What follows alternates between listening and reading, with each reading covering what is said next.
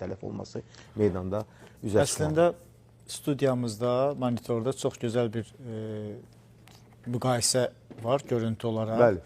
Həm 2-ci Qarabağ müharibəsinin dron döyüşləri, pilotsuz uçuş aparatları döyüşləri var. Eləcə Rusiya-Ukrayna müharibəsi və İsrail-İran müharibəsinin görüntüləri var. Əgər daha mən gördüyüm qədər tamaşaçılarımız görürsə, Azərbaycanın hədəfə aldığı nöqtələr hamısı mövqeylərdir. Bu mövqeylərdə tərtib olunan düşmənlərdir. Bir, mülki infrastruktur biz burada hədəf şəklində görmədik. Nə 44 günlük vətən müharibəsi dövründə, nə lokal antiterror dövründə və sonra bunu cənab prezident Qarabağa səfər edən dedi ki, hətta Fərrux əməliyyatı, Sarbaba əməliyyatı, Qırqız əməliyyatı o zaman mətbuatdan saxlanırdı. Ancaq bunlar da Azərbaycan hərb tarixinin həyata keçirdiyi tarixi qələbələrin, uğurların pillələri idi. Bax, bu görüntülərdə farq odur ki, heç bir tərəf mülki infrastrukturunu hədəfə almıram deyə bilməz. Bunu açıq şəkildə qeyd etməliyik, çəkinmədən ki, həm Ukrayna-Rusiya müharibəsində, eləcə də İran-İsrail müharibəsi tərəfində heç bir ölkənin tərəfində durmaq istəmirəm. Hər bir ölkə hədəf şəklində və yaxud hərbiçilər mülki infrastrukturun içərisində yerləşdi və yaxud fərq olmadı. Biz bunu gördük. Amma bizim müharibədə bu yox idi. Bu yox idi. Bax, bu mütləq şəkildə mən çalışacağam. Bizim tərəfimizdən yox. Dəyərli millət vəkilimiz siyasi baxımdan çox gözəl qiymətləndirmə verdi. Mən görə aspektimi hərbi cəhətə yönləndirəcəm ki, müqayisəli şəkildə edək ki, insanlarımız da bunu dəyərləndirsin. Bir nümunə 44 günlük vətən müharibəsinin nümunəsi, yeni müasir müharibələrin nümunəsini təqdim etdim. Ən birinci amil insan amilidir ki, mülki infrastrukturu biz hədəfə almadıq, enerji mənbələrini hədəfə almadıq. Müharibəyə aidiyyəti olan sivil vətəndaşlar qazsız, işıqsız, susuz və s. kimi qoymadıq. Biz onu etmədik. Yardım, tibbi yardım maşınlarını, səhiyyə proseslərini, hətta Qarabağ 23-cü ildəki proseslərdə bizim görüntülər də var ki, əskərlərimiz qarşı tərəfə, düşmən də onlar bizi qətl ediblər uzun müddət, 30 il. Onlara belə insani davranış göstərdi. Bu böyük bir model idi. Human model deyək də, buna insani, dünya insanlarına bir nümunə idi. İkinci bir nümunə qeyd etmək istəyirəm, dronlarla bağlı nümunəni qeyd etmək istəyirəm.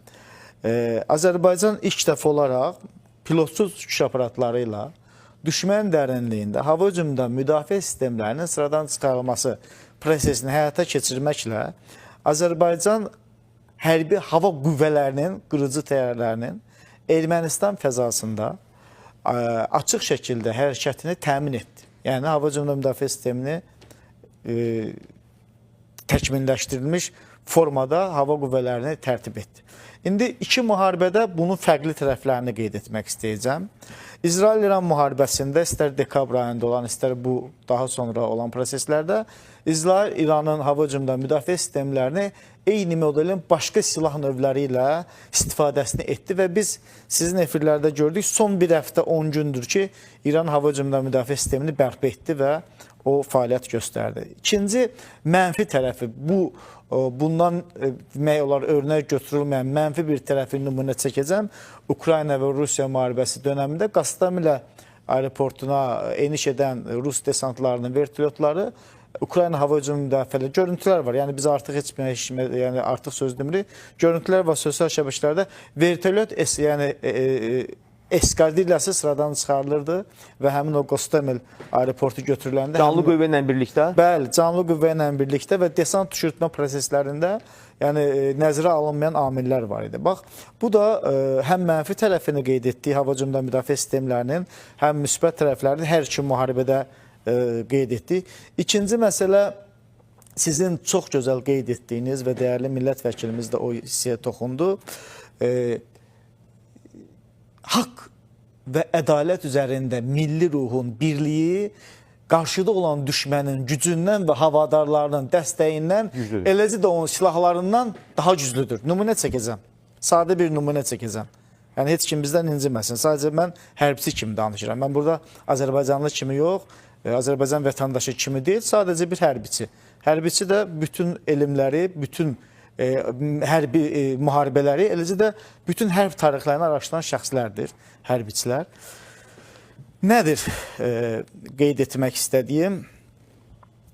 Rusiya Ermənistan münasibətlərinə baxsaq, Azərbaycan 44 günlük Vətən müharibəsi, aprel döyüşləri ərəfəsində heç də İsrail-Amerika münasibətlərinin tərəzisi ilə Ermənistan-Rusiya münasibətlərinin tərəzisi fərqli deyildi. Baxmayaq ki, sonradan Ermənistanda hakimiyyət dəyişikliyi oldu. Yəni, bu model dəstək və havadar, ordusunda texniki dəstək, kəşfiyyat dəstəyi, mühəndis dəstəyi, uzaq mənzilli raketlərin verilməsi, onlara xidmətin edilməsi, eləcə də hərbiçilərin, Ermənistan hərbiçilərinin Frunzadın akademiyada və Rusiyanın müxtəlif yerlərində təhsil alması, İsrail hərbiçilərinin Amerikada təhsil alması, bu tərəzinin önündə İranın Amerikaya və İsrailə olan münasibətində dövləti miqyası Azərbaycanın Rusiya və Ermənistanla dövləti miqyasına bərabərdir. Amma burada biz hansı gözəl bir nüansı seçdik. Biz deyəndə burada açıq şəkildə bir şəxsin adını qeyd edə bilərik ki, Müzəffər Ali Başkomandan bax, öz hərbi zəkası ilə bu strategiyanı çox gözəl seçdi və nə havadarlara, nə dəstək verən Fransalara, heç birinə sizin qeyd et. Mən sizə söykənərək dedim, bunu. Buyurun. Çıxışınızın əvvəlində buna toxundunuz. Heç bir kəsə belə imkan vermədi ki, başqa mənfi düşüncə və hərbi addım atmağa. 44 gün, sonra kiçik bir fasilə, sonra qısa bir müddət lokal antiterror və ərazinin tamlaşdırılması. Və tam bu model mütləq qələbə. Və bəli, elə istərdim ki, bu bizim bugünkü efirimiz elə mütləq qələbə adı ilə da keçsin. Bu müqayisələr biz yenə də edəcəyik, çünki mən istərəm biraz da mən deyanım qarşı tərəf danışsın, biraz da bəhrələnək, biraz da. Buyurun. Çox sağ olun. Təbii ki, bizim üçün sizin fikirləriniz, yanaşmalarınız, verdiyiniz qiymətlər çox önəmlidir. Xüsusilə də indiki məqamda ki, biz indi görürük ətrafımızda İran böhranı davam eləyir və təbii ki, bu böhran ətrafında da çox, mən deyərdim, gərgin bir zolaq formalaşıb. Mən sadəcə bir haşiyə çıxıb bir məsələni istəyirəm diqqətə gətirim. Burada bilirsiniz, müharibə qızğın bir hal alanda, sonra intensiv